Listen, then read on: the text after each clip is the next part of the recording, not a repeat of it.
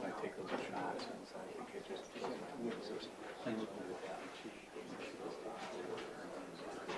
what I've noticed is like a normal cold, I don't get it before it goes which is really weird because I'm like for now it's just yeah. Oh yeah. I hear you.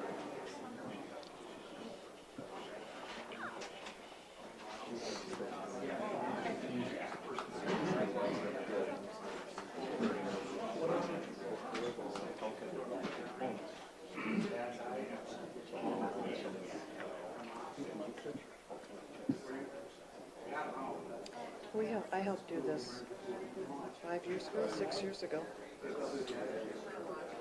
I helped try to bring that here. Mm-hmm. I hadn't heard anything more about it till just now. It's a tough sell. Yeah. Be nice. I went out to Pier with the group and everything. Are we ready? 6 o'clock, yep. Well, at 6 o'clock, we'll call to order the January 21st, 2019 meeting of the Brandon City Council. We'll start with the Pledge of Allegiance. I pledge allegiance to the flag of the United States of America and to the republic for which it stands, one nation, under God, indivisible, with liberty and justice for all. Thank you. Roll call, Christina. Yes, Bastian. Present. Clark. Fish. Hausman. Here. Parsons. Present. Wakefield. Mayor Lumber. Here.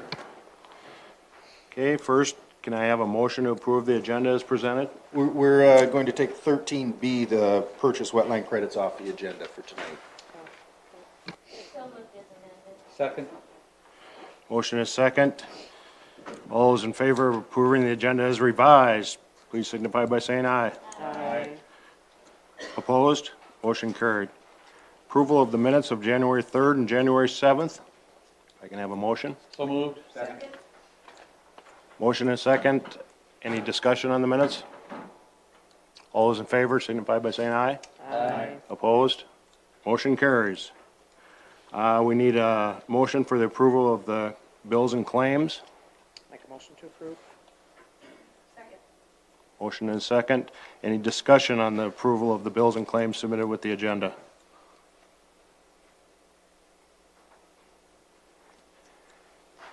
Hearing none. All those in favor? Aye. Aye. Opposed? Motion carries. We have one consent item on the calendar, plat of Lot 1A, Block 12, Brandon Terraces. I can have a motion to approve that. So moved. Second. Motion and a second to approve the consent calendar. All those in favor signify by saying aye. Aye. Opposed? Motion carries. Anyone from the public wishing to address the council may do so at this time. Mr. Irby.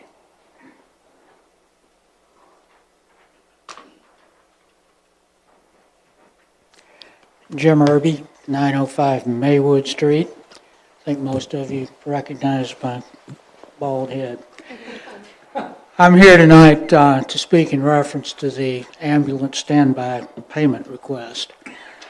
But before I do that, I'd like to make a general comment to the council, to the mayor, and to the public. Our city has been recognized as being the best place to live in the state of South Dakota, one of the fastest growing places in the state of South Dakota, and the safest city in South Dakota. And that doesn't just happen. It doesn't happen by accident.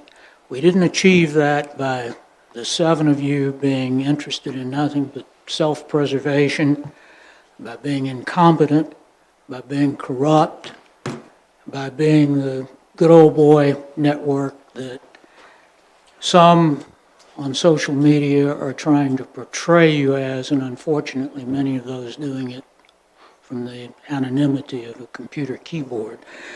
So I, for one, want to thank each and every one of you that do what you do. I can only imagine how difficult it must be to take some of the biased and I'm sure personally offensive and unfair attacks that people are leveling at you, and I just want to say that.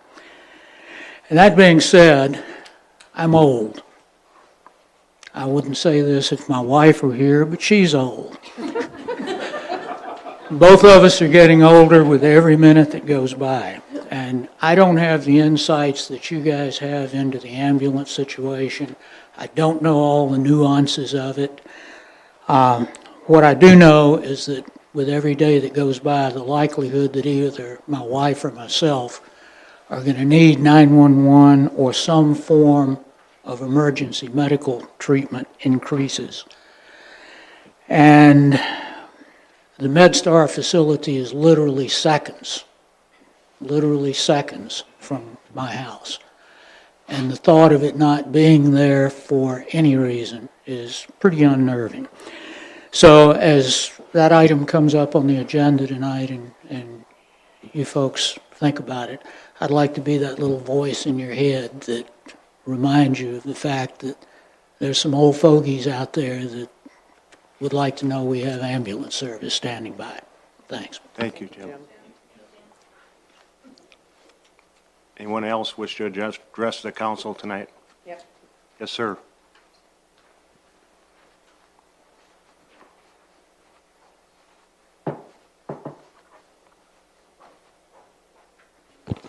Good evening. My name is Stuart Peschel. I'm the president of the Brandon Valley Baseball Association. Typically, when I come to see you guys, I'm asking for something. Tonight, I come with good news, and I wanted to share it with the council and make our official announcement. The work that we've done at Aspen Park in the last 18 months has paid off sooner rather than later down the road. The Brandon Valley Baseball Association, along with the Valley Springs Post 131 on Sunday, was awarded the Class A State Legion Baseball Tournament for 2020. Thank you. So this has been a huge undertaking for us, and we're very, very excited. We applied. This is our first year applying or bidding for that tournament. And if you're not familiar with that Legion tournament, it is the premier baseball tournament in the state of South Dakota. And so it's unheard of to apply the first year and get it, and we were awarded that. So just goes to show the work that was done down there, and in our community, between Valley Springs and Brandon, and what they saw in us. So I wanted to thank the council for your hard work, and then also ask the council to be open to helping us plan that.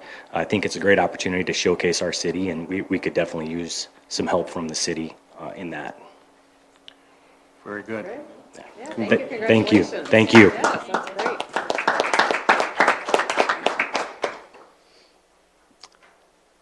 Anyone else? If not, Kim, I'll ask you to update us on the chamber business.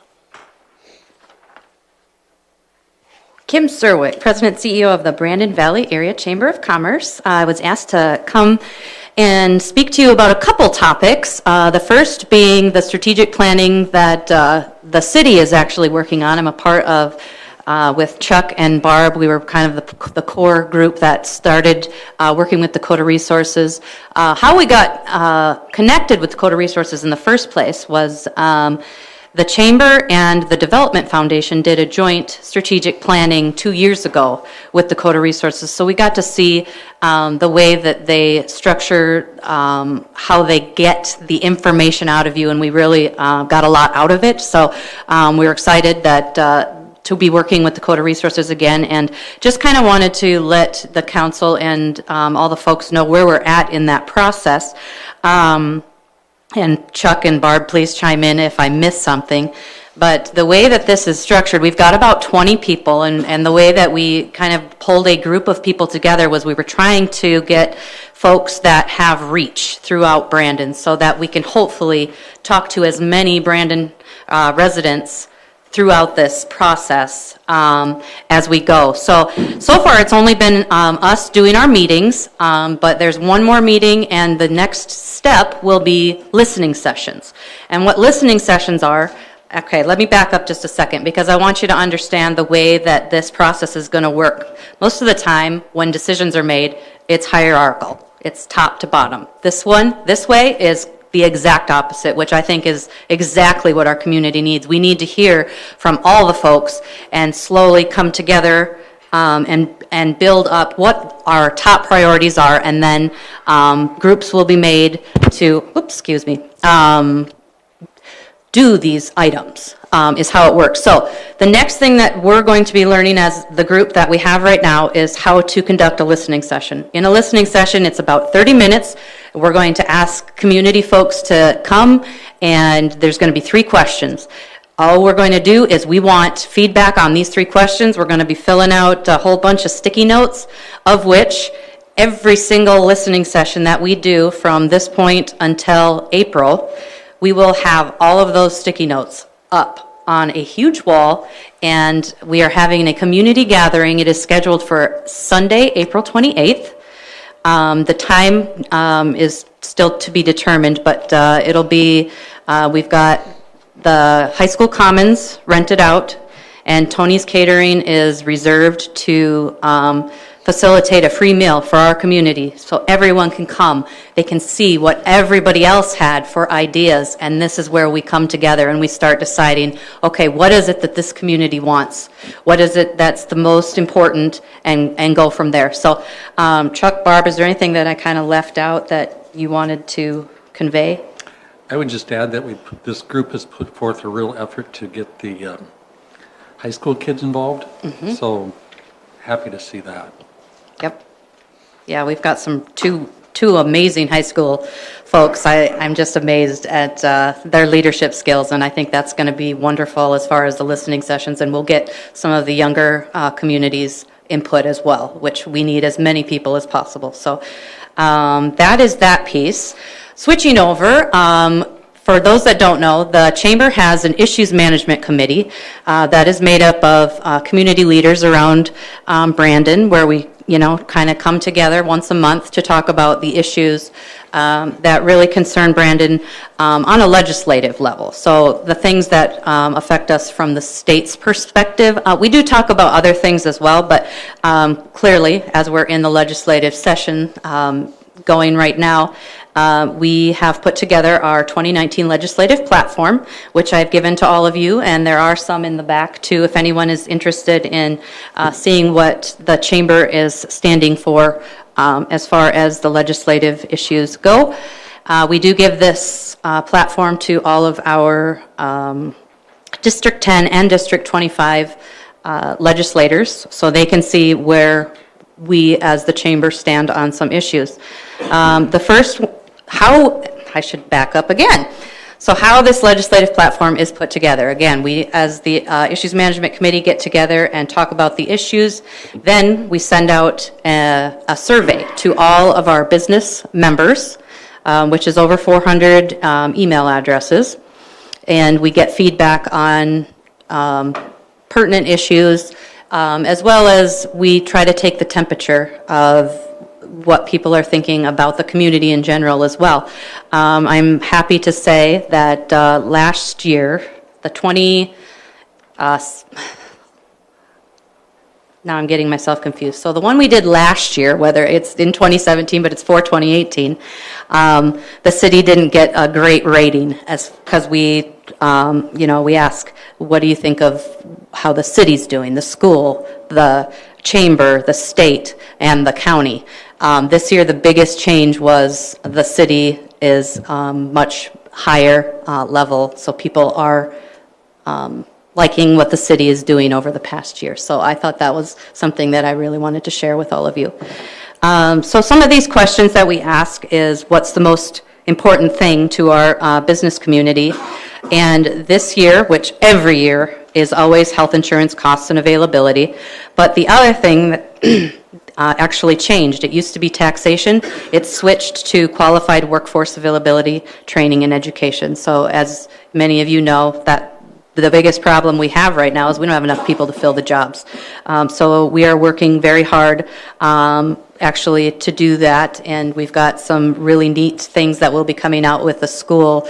I know we did an article earlier or later last year about a new internship program that's going to be coming up next year. So I think we're going to pilot something in the fall and hopefully make it more school-wide as we get it going a little bit more. But it's going to be a big cooperation between the high school and our business community. So I'm really excited about being able to do something about the workforce thing and hopefully give these high schoolers some opportunities to see what's out there and give them just more opportunity before they go on to the next chapter in their life.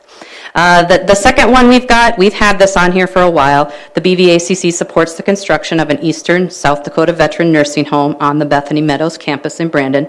A few years ago, this was hot and heavy, a really big topic, and Bethany Meadows did put in a bid for it, but then they decided they were just going to update the one on the west side of the state. Hot Springs, thank you. So we didn't take it off here. We still think that there's a need for it on the eastern side of the state, and we are going to continue to pursue whenever funds come available again, that this is something that we would be able to do out here, and this would be a great place for it. Number 3 is a new one that we put on here this year. I'll just read through it. In our ongoing effort to enhance the growth and convenience of the Brandon community, the BVACC supports the reconstruction of exit 406 over Interstate 90. Additionally, to ease the congestion at exit 406 and to facilitate growth to the east, the Brandon Chamber supports the addition of access ramps to the exit, which would be identified as exit 408, which is at Highway 109 or 484th Avenue, if you understand when you're driving towards Laverne, that very next overpass doesn't have exit ramps. So something that we want to push and hopefully get the attention of the state to say, yes, I know we're working on 406, and that's good. We need to continue to push that because it is a safety hazard as it is right now. But as you see the congestion on there, we've got to come up with a plan in the future as well. So we're hoping that we can start the discussions on maybe an on-off ramp at 408 so we can continue to grow to the east.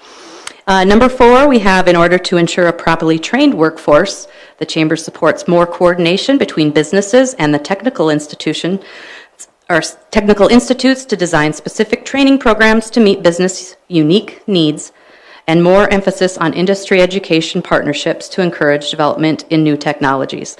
So this is, again, going back to the workforce availability and doing what we can to harness and hopefully keep the folks that we have in our state to stay and fill these jobs. Number 5, we actually worked with the Sioux Falls Chamber on this one, and it recognizes the growing diversity of our state's population, and we embrace the opportunity that this diversity provides for a culturally and talent-rich community. We will work with residents, our partners, community, and state agencies, and elected officials to develop efforts to engage and include all individuals in our state who seek to work side by side with us to grow our economy.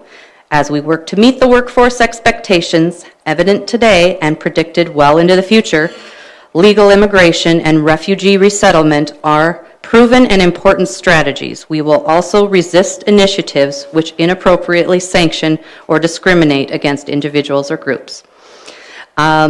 The next one is number 6. The BVACC supports legislation that would allow local municipalities the option through local elections to collect an extra penny sales tax for the purpose of funding specific capital projects.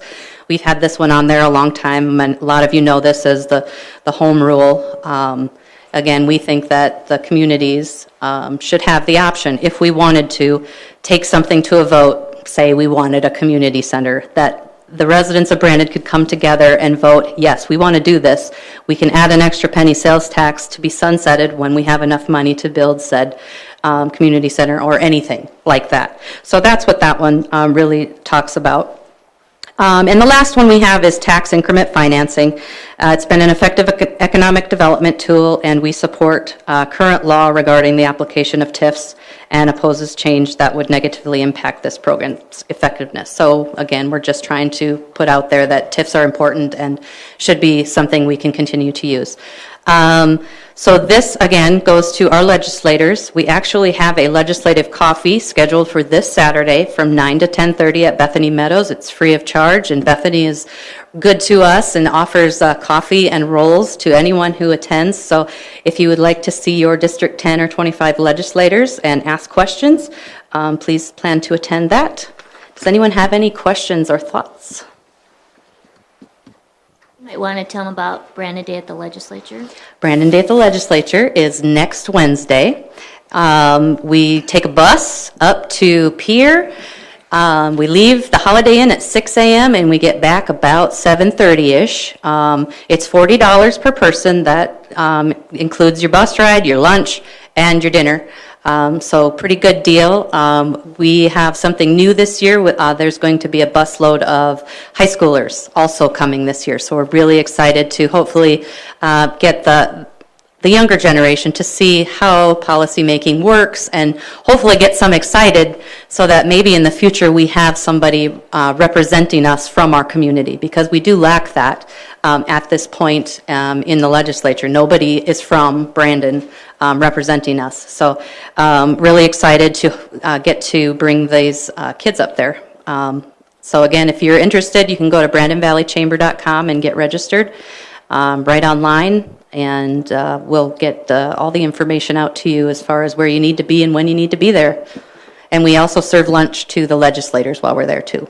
So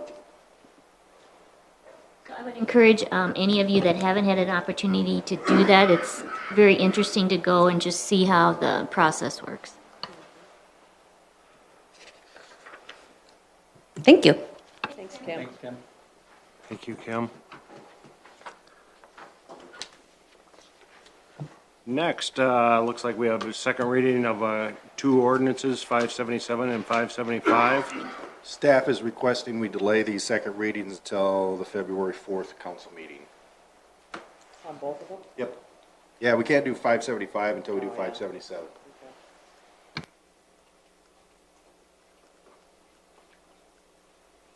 Okay.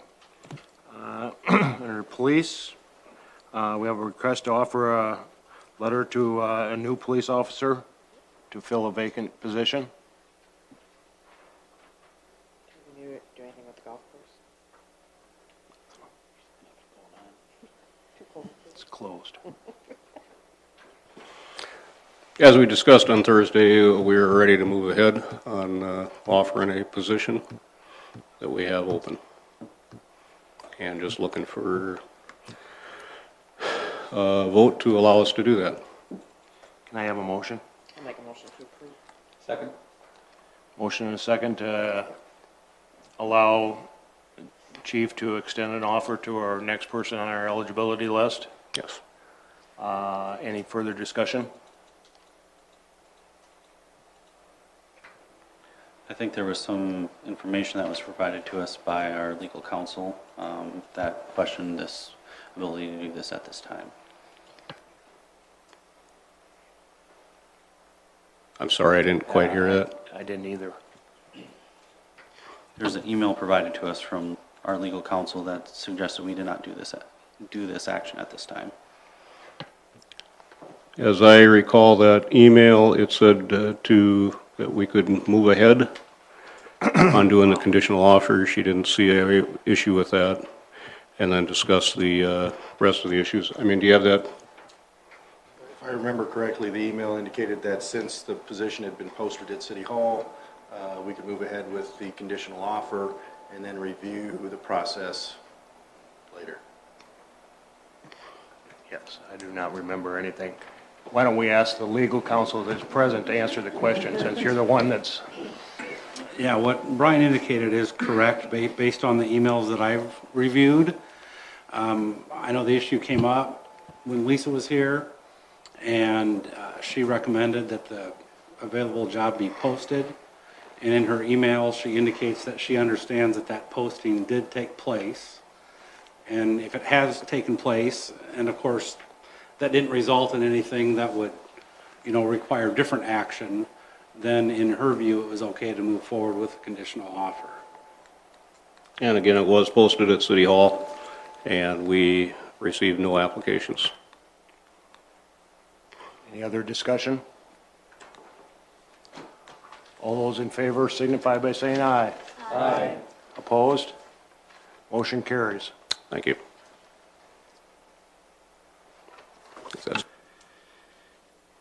We have a wage adjustment under the police report, too? Correct, 2 wage adjustments, one for Dave Call and one for Quentin Struble.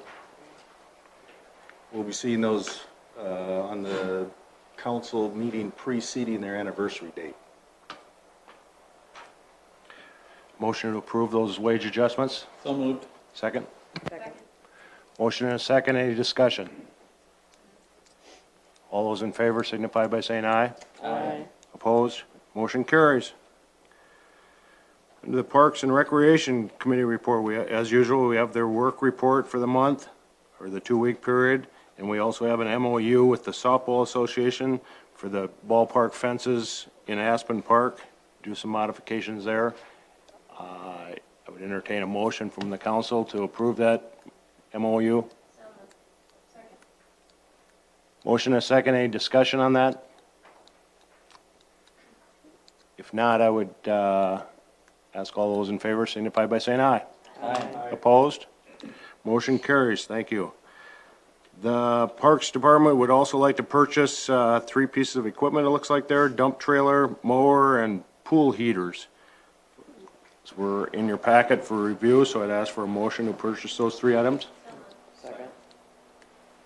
And a motion and a second to approve the purchase of those 3 items for the Parks Department. All those in favor signify by saying aye. Aye. Opposed? Motion carries. Down to item number 12. If I may, Mayor, just a comment on the Legion tournament? Yep. Okay. So, it's quite exciting to have that Legion tournament coming. That, as Stuart said, is a premier event in the baseball world. And when baseball was putting together the stadium, they specifically designed it so that we would have enough seats so that we could bid for that tournament. So Stuart and I have already been talking. We're going to put together a committee with Kim and the city and a group of folks to try to make that a showcase event for us. And so I think it's going to be really exciting. And to get it on the first bid is astounding. So congratulations, Stuart, to your group for all your hard work. You have a wonderful facility down there. Item 12A, consider the ambulance standby fee. I would just like to present this. Brett and I and Brian have been working on this since the last board meeting, council meeting that we had, and Mr. Mayor, you had directed us to come forth with a recommendation. That's what we've done with this agreement. In my mind, this is a fairly complex issue about, going about doing this funding. I wanted to set the record straight that the reason I voted no the last time is I thought we were moving a little bit too quickly on it. Not that I was totally against any type of funding. So in my mind, this agreement is a starting point as to where we should go. I think Brett and I would also recommend to the council that we approve this agreement tonight, and that we also keep our committee intact to work on changing and upgrading our current ambulance ordinance that is in place, because there's more processes that need to be changed in regards to this. So, and I don't know and Brett has done a lot of work on this, so that's why I want to keep him especially involved with the unfortunately the short time period that we're going to have him serving on the council. So I would like to see this committee that you let us serve on continue to work on some of these other things that we really need to do. I think it's a very delicate situation. I also think it's time for a change. One of the things that's very frustrating with me is that our city ambulance ordinance is outdated, from some en route time violations, in my opinion, to some other things that I won't go into. So as one of the city leaders, I'll take responsibility for the fact that it hasn't been changed for a while. I will dedicate the last 3 months of my existence on this council to work alongside Chuck, the mayor, the other council, and Mr. Reed to fix this problem so that it can be more reliable and effective for future generations. So I also support what Chuck is saying, and I would like to move forward with this contract at this point in time, but I also think we have a lot to work to do on the city ordinance, and I'd like to be a part of that process until my time is up on the city council. Thank you, gentlemen, for your hard work on the issue. It's been a hot button topic. I realize that, and you guys did exemplary work in getting it back here to us in a 2-week time period, and I appreciate that. Go ahead, Joe. I want to say thank you. I didn't think you could get it done within 2 weeks. So my hat's off to you guys because I wasn't sure that it was going to get done that fast. So thank you for all the hard work you guys have done. Maybe not.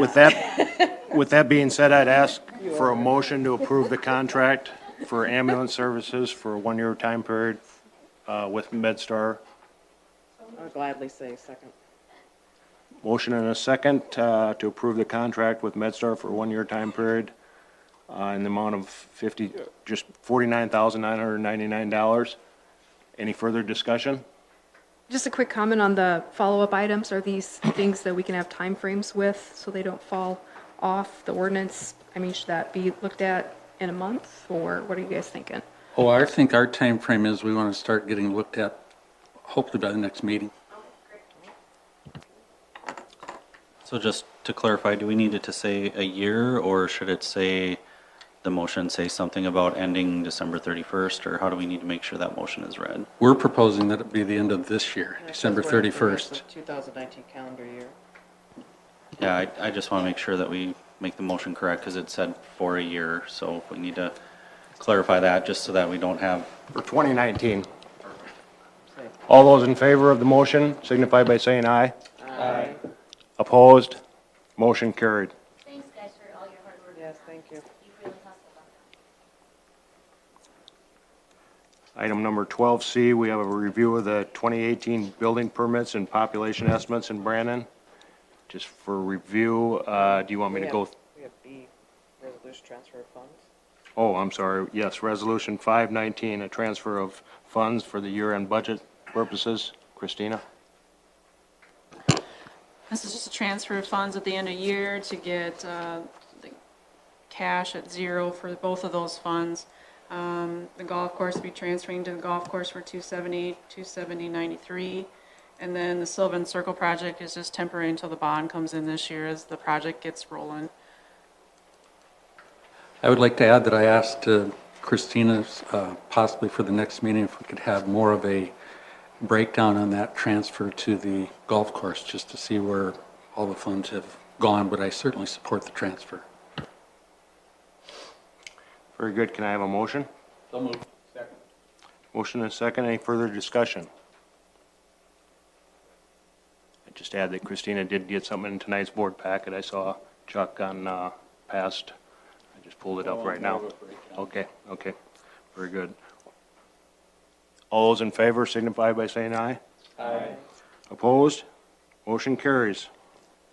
Now on the review of the building permits and population estimates. Brian, do you want me to review anything or just for our No, information? this is just for information only, comparing the last, 2016 through 2018 for number of permits and valuations, and then the population estimates that we base on the dwelling units that were permitted throughout the year.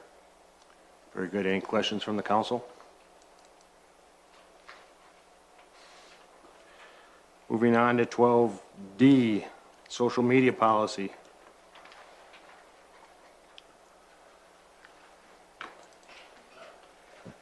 This was a very simple version that Lisa provided during our little mini work session with Lisa, Tammy.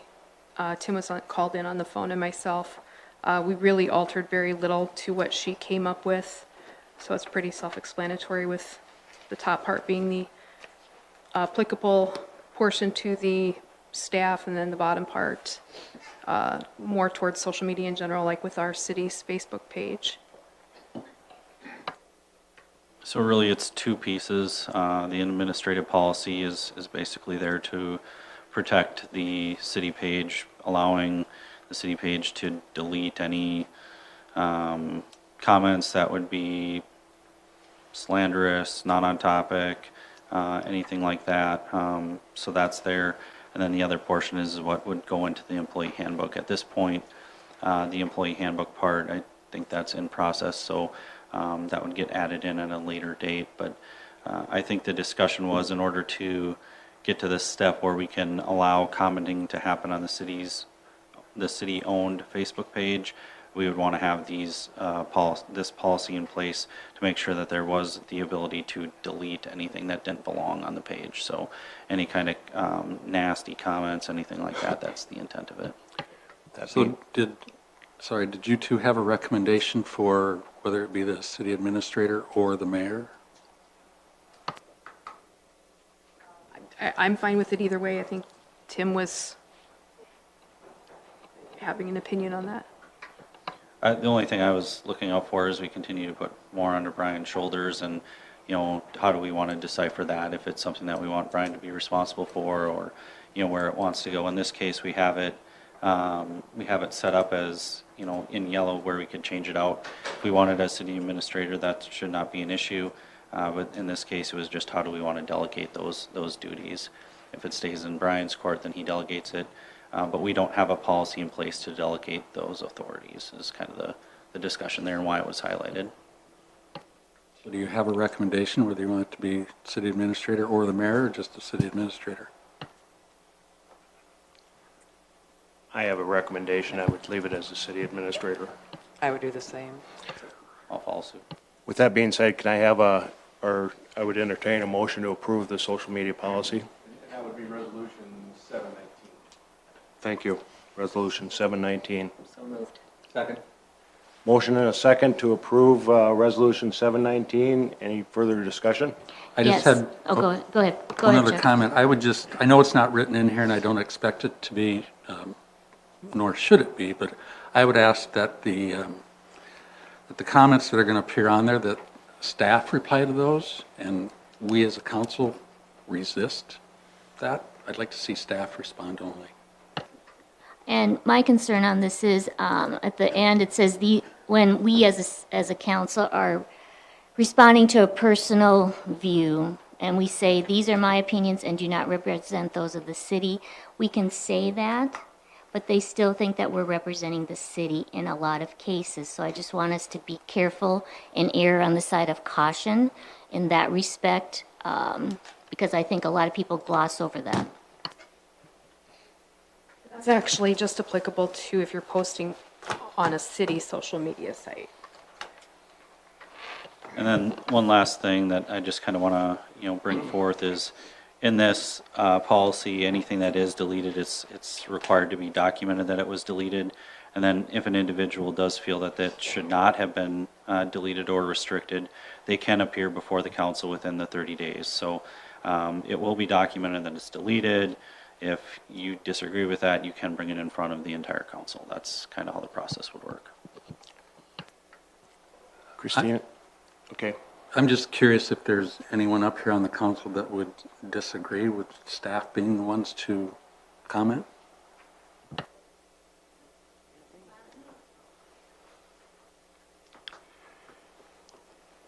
As this has been hashed over for several city council meetings, I'd ask Christina to call the roll, please. Bastian. Aye. Clark. Aye. Fish. Aye. Hausman. Aye. Parsons. Aye. Wakefield. Aye. Motion carries 6-0. Thank you. Item 12E, we have to approve a resignation letter from longtime employee Judy Morford. If I can have a motion for that. So moved. Motion and a second to approve the resignation from Judy Morford. Any discussion? Can you just let her know thank you? I don't see her in the audience, but tell her thank you so much for all her years. I'm sad to see her go because she's such a valuable asset, but I also understand that time to move on too, so. Thank you. All those in favor signify by saying aye. Aye. Opposed? Motion carries. Item 12F is the hiring of a part-time office staff. You have a recommendation on that, Brian? Recommendation is to hire Karen Kaiser as the part-time office assistant position, starting January 28th, starting wage of $13.50 an hour. I'll make a motion to approve. Motion and a second to hire Karen Kaiser at $13.50 an hour as the part-time office staff person. Any discussion? All those in favor can signify by saying aye. Aye. Opposed? Motion carries. Thank you. Item 12G, discussions on opening up city Facebook comments. Alrighty, I asked for that to be on here. We've talked about it a lot over the last 6 months, and I think we're just at the point where we need to pull the pin and do it. I mean, if anybody follows social media, you see snippets of information or maybe information that's been twisted a bit or taken out of context, and then it just has that trickle effect where it just gets out of control. I've been saying for a long, long time that the city should be putting out that information, and I think that that will be the first step towards offsetting some of what's happening in our community. I know Tammy's worked really hard on putting together some information that she'd like to start with, and just as a reminder, on the social media page of the city, it's not a free-for-all. You first have to have a post, and then there's the ability for public comment. So right now, there's no ability for public comment. So if a post goes up and somebody asks a good question that would be beneficial for everybody to see, no one can see it. It may get answered, but only to that person. So what we're proposing is for us to be able to have that interaction, have that information come from the city, and have it be factual, have it be something that can be referenced or shared or talked about elsewhere. That's fine, but it would at least be the actual information rather than a biased perspective of it or somebody's opinion of it. I know Tammy's chime in anytime. She's got some posts she'd like to start with that will deal with some water issues, and I think you have a catchy name for them, Water Wednesdays. Tell us about those. As part of the water source contract, AE2S put together a few of the frequently asked questions, and so we're going to start with those. So they did help me prepare some of those first posts. The first ones are pretty basic, but I think it'll help us kind of set the tone for what kind of comments we're allowing onto our site and how many questions we'll actually take. So I'm looking forward to opening them up. Very good. I would certainly support doing this, and then I would urge Tammy or any of the other staff to use the city Facebook page and not your own. Yeah, because we had a long discussion with that on Thursday night, and me being mother hen, I don't want Tammy to use her personal Facebook page because that's just not kosher. It needs to come from the city and be a city response. So yeah, so I would agree with Chuck to come from the city Facebook page and not your own personal one. And I think there's nothing wrong if everybody's in agreement for her to still just put her name under that. So there's a little more, it's a little more personable, and people know who, if they want to pick up the phone and call for more questions, who they're actually talking to. So it'd be the city page and logo, but she could put Tammy Jansma, city engineer, underneath her post. Is that your preference? That's what I'm planning on. Sounds like, go ahead. Is there a motion required for this, or what are we looking for, Brian? Yeah, we could, you can. I think before. I don't think we need a motion. Yeah. I think either she's way. got her marching orders, and the only Fine, comment, I'm gonna just proceed with it, that I think you have your marching orders, Tammy, to proceed with this. I would like to make the comment, I think that the city's Facebook page should be an avenue for the dissemination of information. That's what that should be used to disseminate information out to the public. It's not an open complaint box or drop box for complaints. When used properly, I think it could be very valuable. So, like I said, you have your marching orders, so go for it. Got it. I think we do need to watch closely, though, the comments that are being made to make sure that we stop them in advance if they start getting negative or nasty. Item 12H is a discussion on term limits. This was brought up to me by a few residents in just discussions, and asked if we had a policy on term limits similar to what Sioux Falls has, or even the state. So I thought I'd put it on the agenda so we could have some open discussion on if Brandon should look into term limits, if we should move forward with term limits. It's something that other communities have done. Typically, it's something that is well supported by the communities. Way back in '92, when the state went to it, it was a 63% in favor of that. In Sioux Falls, they have a two-term limit, and so there's a few there, and I just wanted to open up the dialogue and see what the thoughts were in general here in Brandon. So, Tim, do you know any other communities our size or smaller that have this? When I was doing research, really this is kind of where it starts to turn, is at this size of community. I looked in South Dakota. It can be kind of daunting task to find those specific items. I think Dana had done a little bit of research as well, but really the reason that communities that are small don't have it is because there isn't a big pool of people that want to be on council.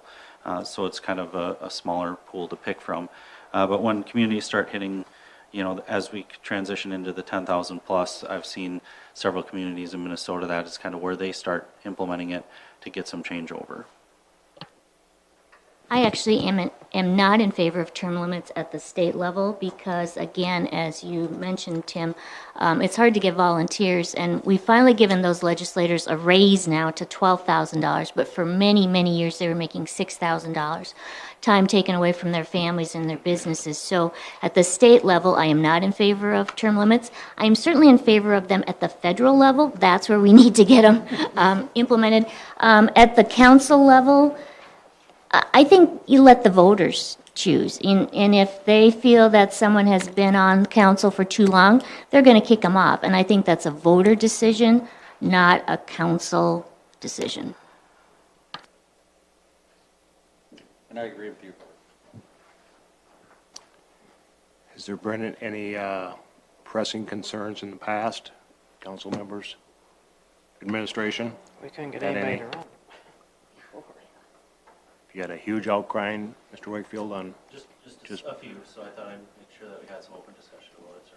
Okay. I did try to do some research on this. I didn't get very far either. It's kind of tough on some of the municipality sites to navigate, and I couldn't find a lot of them that specified the limits, so maybe they don't have them. I did find like a lot of other communities had 3-year terms versus our 4-year terms. And then some places have even terms on like their planning and park boards and things like that.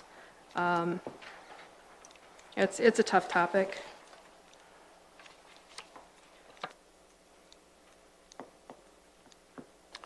I would move on with the topic. If there's a desire of the council to press forward with reviewing term limits, let that be known to the administration. They can bring our policy forward and we can take a look at it from there.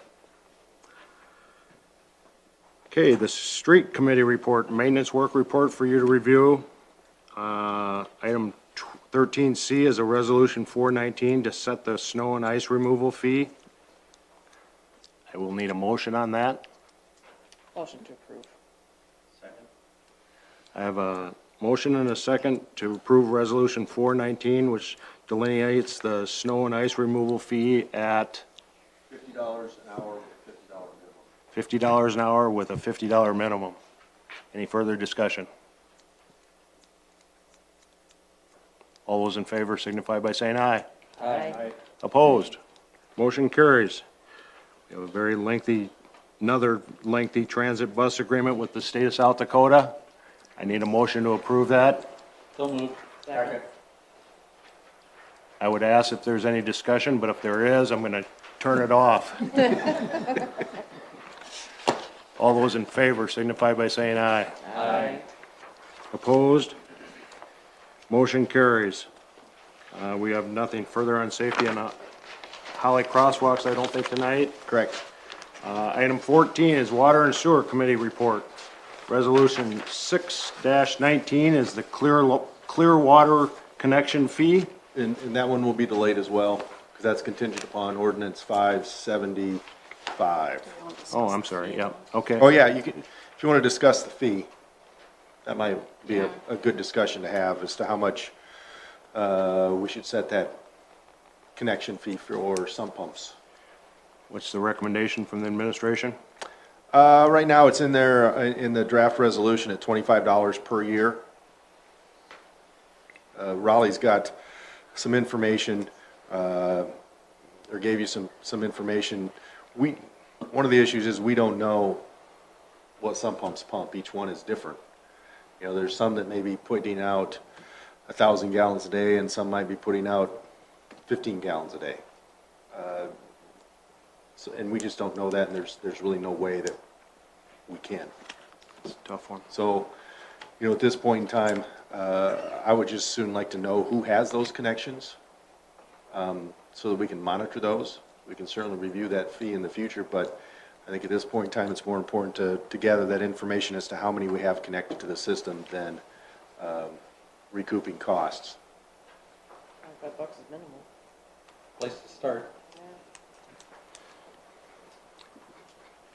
Any further from the council? Otherwise, we'll approve next board meeting. We have an update from the Water Conservation Committee. I can do that. I don't think Trudy was given any notice. This was just information. Okay. Well, Kevin Smith was here a few weeks back, and he did a really good job of updating us on kind of where we're at with the rebate program, and I thought that was pretty thorough. Our last meeting, we had some guests join us, and it was a very productive meeting. We had Jason from Ace Hardware, and then Al from Gopher Irrigation and Lipitsky Companies.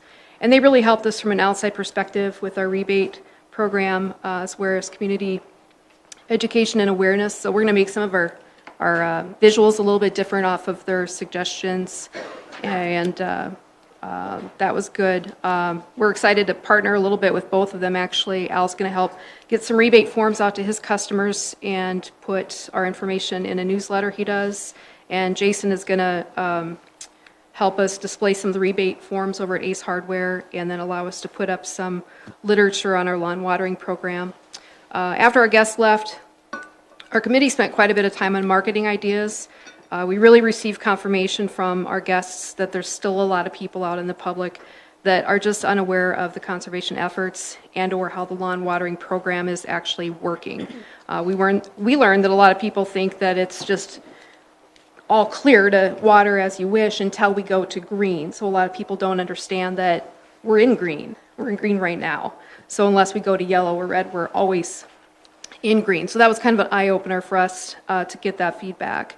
Also, some confusion still about outside watering that doesn't pertain to lawns. So we have more work to do. So we've got a lot of great ideas, working with the Journal for some articles, stuffers for water bills. We're going to do some business door-to-door, a separate mailer for the lawn watering magnet, participation in some local events like the Crazy Days and Loyalty Day Parade, connect with other installers, get in front of the development committee, FYI check, get signs up at businesses, look into more promotions by the chamber, recruit new volunteers, contact home buyers associations, and we are going to dabble with a water conservation Facebook page. Okay, thank you. One other update. Planning and Zoning Commission has started working on low impact or zero scaping regulations, which we hope would allow property owners to install or place in their yards landscaping that's less water intensive than a nice green grass.